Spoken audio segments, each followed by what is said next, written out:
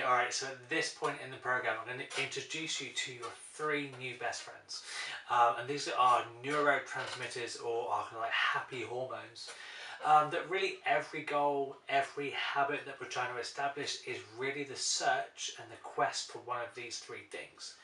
Now, these hormones are called dopamine, serotonin, and oxytocin. And these are the chemicals that when we have them in abundance, we feel amazing. So we have energy, we feel relaxed, we feel self-confident, self-assured, and you just feel really happy and content. So these are the hormones that we really want to try and get more of.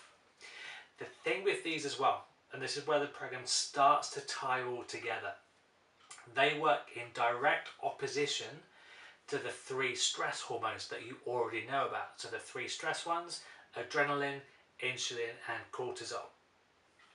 So they basically work as antagonistic pairs. So if you have the 3 good ones, you don't have the 3 bad ones. If you have the 3 bad ones, you don't have the 3 good ones. So essentially, we want to try and look at this from a 2-prong approach. How can we minimize the stress hormones? How can we maximize the feel-good ones so that it becomes easy? And this is when the programs do become more flowing, more effortless, and just easier, and you become a happier person. So we know so far that you release adrenaline and cortisol in the presence of stress. So if you are physically threatened, if your body isn't performing well, if you have any kind of aches and pains, you've got backache, you've got toothache, you've got headaches, you've got visual impairments, balance issues, if you're dehydrated, if you're tired, if you're hungry, these will all trigger that sympathetic stress response.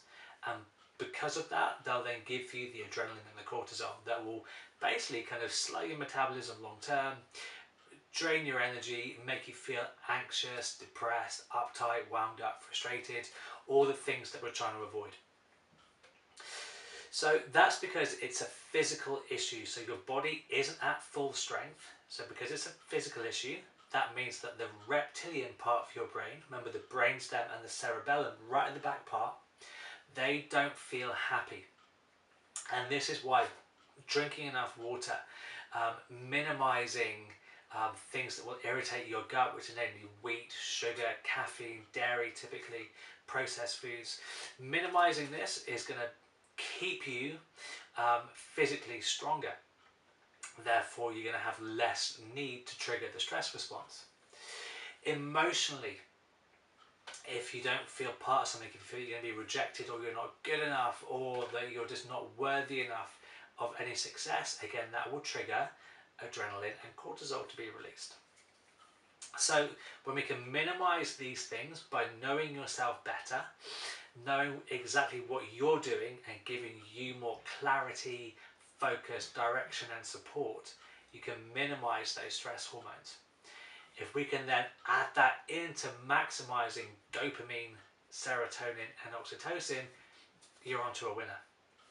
So that basically dopamine is our goal-getting, pleasure-seeking hormone. It's the one where you really feel that need and drive to get something achieved, whether it's a new pair of shoes, a glass of wine, sex, food. It's the things that our brain is wanting to get some kind of reward from. Serotonin is the happy, feel-good hormone, and you tend to get a good release of serotonin when you're really happy and satisfied with what you've got, and you really love the new pair of shoes. So the dopamine is the drive to get the new pair of shoes. The serotonin is when you've got it and you're wearing them for the first time. Oxytocin is really the main one that should be the main driver for us. And oxytocin is released really when you have a deep sense of connection, trust, bonding, and you just feel really at one and everything's in the flow. So it's that feeling you get when you just got married, or you move in with your partner, or you just have that real deep connection. When you have all 3, and you have had all 3, now at this point we're kind of 3 weeks in, we can speak openly with each other. You've experienced all three. Dopamine, I'm going to lower the tone now, so just if there's any kids around, you might want to pause this and pause the video. Dopamine is when you feel really, really horny. Serotonin is when you're getting some loving. Oxytocin is that feeling you get with the cuddles afterwards. So that really is all three hormones working together. Now the problem is, a lot of us don't get the last two. We don't get the oxytocin and the serotonin too often. So our brain is then reliant on getting more and more dopamine. Now that basically means that you're then prone to, shiny object syndrome, or the grass is always greener. You're always looking for the next thing, the next race to enter, the next diet to do, the next exercise class to try.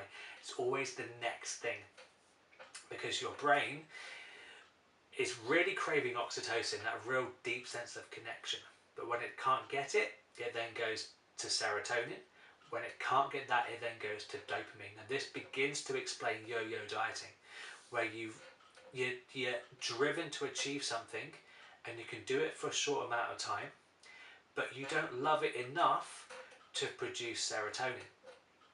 Because you're not getting serotonin, you're never getting that pleasure and that reward. So you move very quickly on to the next thing.